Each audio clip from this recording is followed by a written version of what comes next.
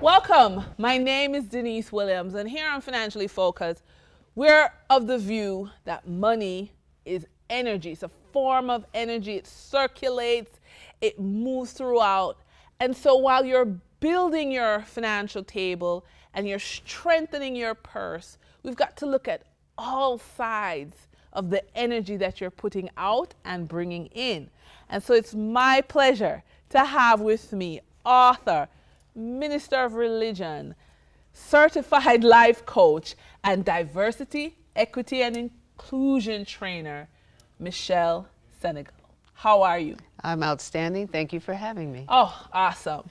So, Reverend Michelle, you are currently at the Temple of Light Center for Spiritual Living. That is and you are the senior minister there, and you're leading the congregation to have a deeper spiritual connection with all life. You want to share a little bit about your work there? Well, the main thing I'm endeavoring to do is to elevate consciousness, because consciousness is the ground of all being.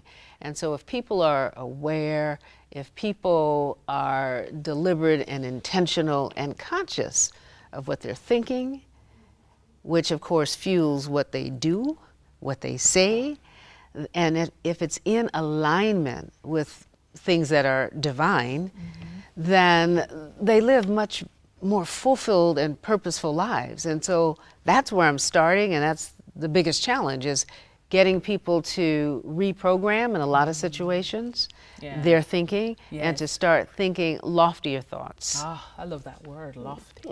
Yeah. And you know, we're talking about the power of the purse. You know, it's our theme, and we're bringing in, like yourself, experts in areas of investing, and but we want to talk about the spiritual side, because there's a lot of fear, guilt, hurt, anger when it comes to money.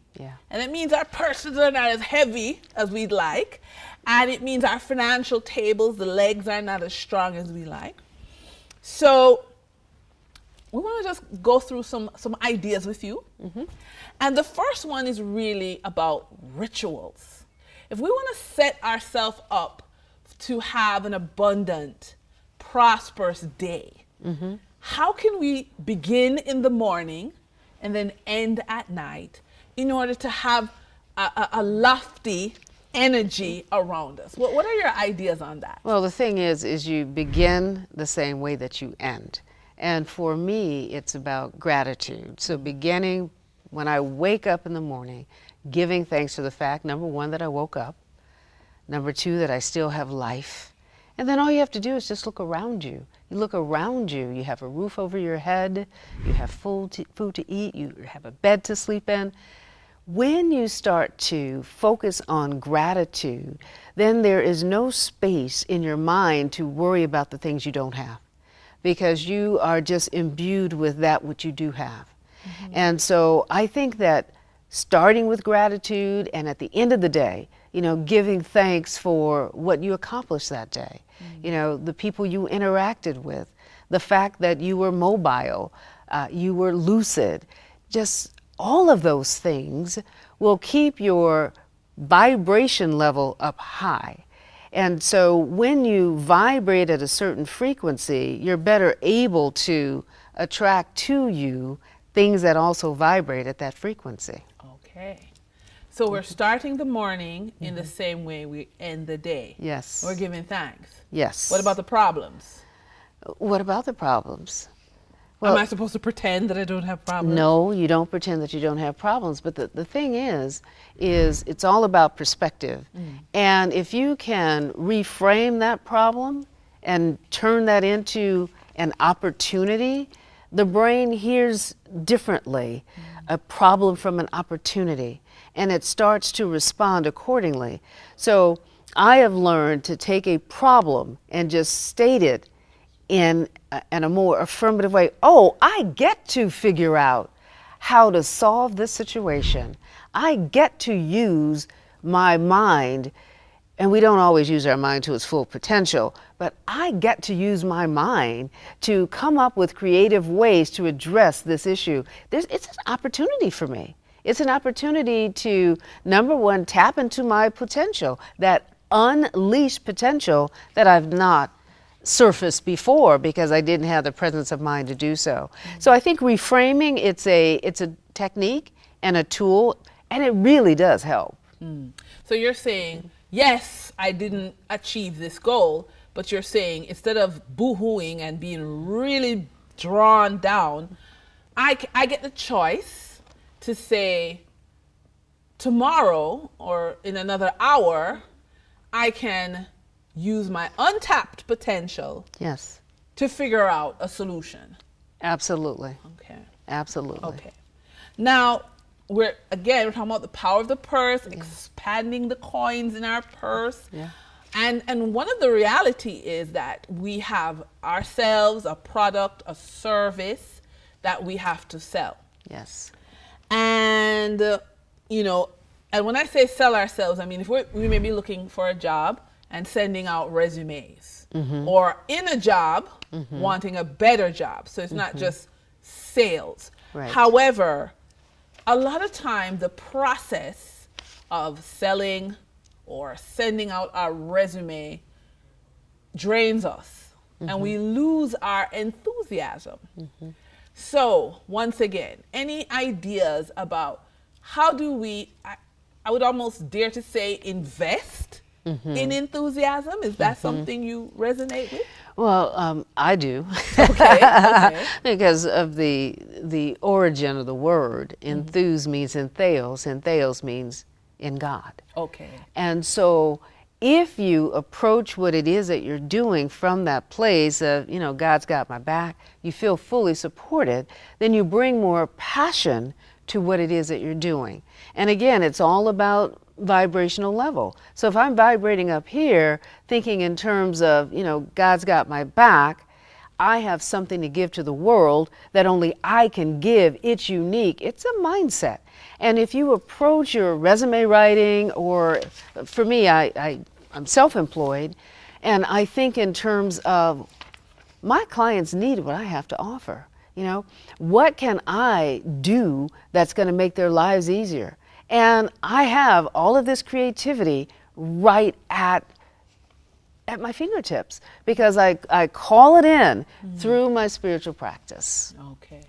So we're back to vibration. Absolutely. So if I'm feeling down, I sent out 400 resumes, or I'm feeling unappreciated on the job. I have clients, or I don't have enough clients, or I want more clients. It's back to vibration. It's back to vibration too. And the thing is if you want to attract more clients, then you have to put out that energy that's attractive. I don't do business with people who don't smile. I don't do business with people who are not happy. Ah, wow. Yeah, because that, again, if you are happy, you're more passionate about what it is that you're doing, then you bring your highest and your best self to your work, which means that you deliver quality goods and services. That's who I want to attract into my space. That's who I want to do business with. So it all begins and ends with you, and we live our lives from the inside out. So how are you feeling about yourself inside? Do you love yourself? Do you understand the strengths and the gifts that you have? Are you leveraging those strengths and those gifts? Wow. Those are deep questions. Am I leveraging? But what if I have a supervisor? Like, for example, he may be named Mr. Aubrey, and he gives me a really hard time, and I feel so discouraged. He makes me feel like I have no gifts. I have no talents, Or you've shared with us this really great policy that you only work with people who smile and give you good energy. Yes. But I'm down in the dumps. Let me be really honest. What are some things I can do to step up? Well, see, only you can change that. All right. And so it's not Mr. Aubrey. It's not Mr. Aubrey. No, me. it's not about him. Oh, it's about me. Yeah, it's all about you. My. Right? Because whatever he does and whatever he says, it won't penetrate into your consciousness if you don't allow it. So you're allowing it, and you're giving him permission to have this kind of power and influence over you. So he has power over me? Well, if you succumb Yes. to his criticality, Yes. to his, demeaning you, whatever he is doing that is bringing you down, Yes. zapping you of your energy, he has the influence and the power over you. Wow, that's big. In that instance, that's huge. Yeah. Oh my goodness. So don't give your power away. Okay. So let's dig deep into that, because I like that. So there's this idea that we think scarcity. So I say I want a blue pair of pants, but even though I say I want it, in my heart I feel like I'm not gonna get it. You know? You're not going to get it. Okay. Oh, so we're not. I'm not. No. Okay, fine. Okay. But I'm saying let's break it down even further, because, what about how I talk to myself? Yeah. What I listen to? Yeah. And what I'm seeing. So All these of that three, makes a the difference. eyes, the ears, the talking to myself. How can I, other than coming to your workshops and following you on social media, what are some ideas, like what am I doing, what can I do to talk to myself better in situations where I feel like I can't earn more, I'm stuck, this is bigger than me, what should I be listening to? Yeah. And what should I be looking at to bring my vibration up and get out of scarcity? Yeah, wow, that's huge. But it's all very, very important too. What you take in, what do you consume? Like, I have very low tolerance for negativity. Okay. And so I will move myself, or remove myself, I should say, from situations where people are really negative, because that can affect how I feel. So in order to stay above it, I leave. So number one, so you need to be around people who are encouraging, who are motivating, and not people who are bringing you down, and not people who are miserable and whining all the time, because that's infectious. So that's one thing. What are you listening to? Yes. If you listen to radio programs or you watch television programs that are depressing, it's going to have that impact on you if you absorb it. Now, some of us have learned how to watch and observe and not absorb, but a lot of us, you take it in, you feel it, you sense it, and then it impacts you. And so I say to people, be very, very protective of what it is you are letting into your awareness, what it is you're letting into your consciousness. So if you want to approach life from a positive mental mindset, then you have to have influences that are positive. And so listen to the music that uplifts you. Read the books that empower you. Watch the programs that help to build your confidence and your courage. So really be the gatekeeper over what it is you are taking in. Wow. Okay. In your experience, how do you see this spiritual work turn into dollars and cents? Because a lot of people's like, they're just talking. It's just, what have you seen? Well, what I've seen from personal experience is that as long as I am enthusiastic, I am passionate about what it is that I do. So that's another thing. If you don't love what you do, you need to find something else. All right. So if you love what you do, you bring your highest and your best self to that. You're going to produce quality deliverables, and then they speak for themselves. So at this tenure in my career, it's been over 40 years, I do not market. Don't have to market, because I get repeat business. And sometimes it takes maybe 10 years for the Superior Court to come back around, but they come back around. Yes. Why? Because of the legacy that I left before. And the legacy that I left before is high quality work that adds value to what it is that they are doing. And if I came from a place of negativity, or if I lack self-confidence, then it would manifest in my work as well. But because I approach life from a higher place, I produce quality deliverables, and therein lies the marketing that I don't have to do, because the deliverables speak for themselves. So what you're saying then, it's a package deal. So I'm raising my vibration by my daily practice. Yes. I'm also doing the work. Yes. I'm giving good quality work Yes. to the people around me. Absolutely. I'm building my name. Absolutely. Your reputation, your credibility. Yeah. Absolutely. This then translates into clients, more business, work, business, which then translates into cash. Into cash. Yeah. That is correct. So, Yeah. so that's the creative process. Yeah. You create it first in your mind, Yes. right? And then you engage in the work that's going to produce what you need to produce. Yes. And that production it has a value. It's marketable. Right. And so in my case, if I'm awarded a contract, I have to do the work in order to get paid, but you have to have the work to do to get paid. And so that's how the creative process works. It first starts with the idea, then it goes into your behavior, and for every behavior there's a consequence. And bringing your highest and your best self to your work, doing a quality job, satisfying the needs of your clients yields more business, which equates to dollars in the bank. Yeah. So then we could easily say that on the job as well. Oh, absolutely. Even if I'm not happy with my current salary, I may not even be happy with my coworkers. Right. I can still give my best.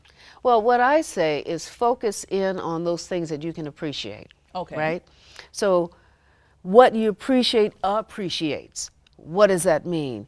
That means that I appreciate the fact, even though it's not my forever job, my favorite job, I appreciate the fact that I can eat, I can clothe myself, I can take care of my financial obligations. So I appreciate what that job affords me the opportunity to do. And so again, it's about, vibration, it's about mindset. And so if I recognize what it is providing for me, and I'm grateful and I'm thankful for it, again, gratitude, then I will do it with a different attitude, an attitude of appreciation, an attitude of gratitude. It will manifest in my work. Okay. One more. Yeah. I am terrified of AI. It's coming for my job. I love AI. You love AI. AI is my best friend. Okay. And the reason why AI is my best friend is it affords me the opportunity to be so much smarter in such a short period of time. You can do full proposals using AI. As long as you're very specific about what it is that you're asking, AI will produce it. Now, I would say 98% of the time, it's spot on. So I have to edit it. I have to make sure that it has my voice, and so I'll make some tweaks and some changes. But that saves me an awful lot of time. It's easier to edit something that AI produces than it is for me to create it, write it, and then edit it. And so I'm out in front of the competition because I can respond to those requests for proposals in a shorter period of time, putting me on a shorter list. Wow, I love it. Yeah. So when we're looking at the power of the purse, and we're looking at really adding more coins to your purse and the different strategies, when we look at the spiritual, the emotional, the mental strategies of financial planning, for me in this interview it comes down to one word, which is vibration. Yeah. And there's a lot of research that backs up everything that I am saying, but it really is about where you view the world, where you vibrate from, what you are resonating with. All of that affects your life experience. So in financial planning, it's a lot of numbers, a lot of future planning. We look ahead. However, if right now things are not going the way you'd like them to go, you want to have a better experience, Reverend Michelle and I are inviting you to look at your vibration. What are you thinking about? What are you looking at? What are you listening to? How are you talking to yourself? These are some ideas that's going to take your financial planning to another level, but it's about increasing your vibration. And if you can vibrate at a higher level and be around people who vibrate at a higher level, then, and I believe Reverend Michelle when she says the results will be amazing. So thank you for tuning in to Financially Focused. Please be sure to visit our website, financiallyfocusedmedia.com. Sign up for our free financial independence course. My name is Denise Williams, and I'll see you in a minute.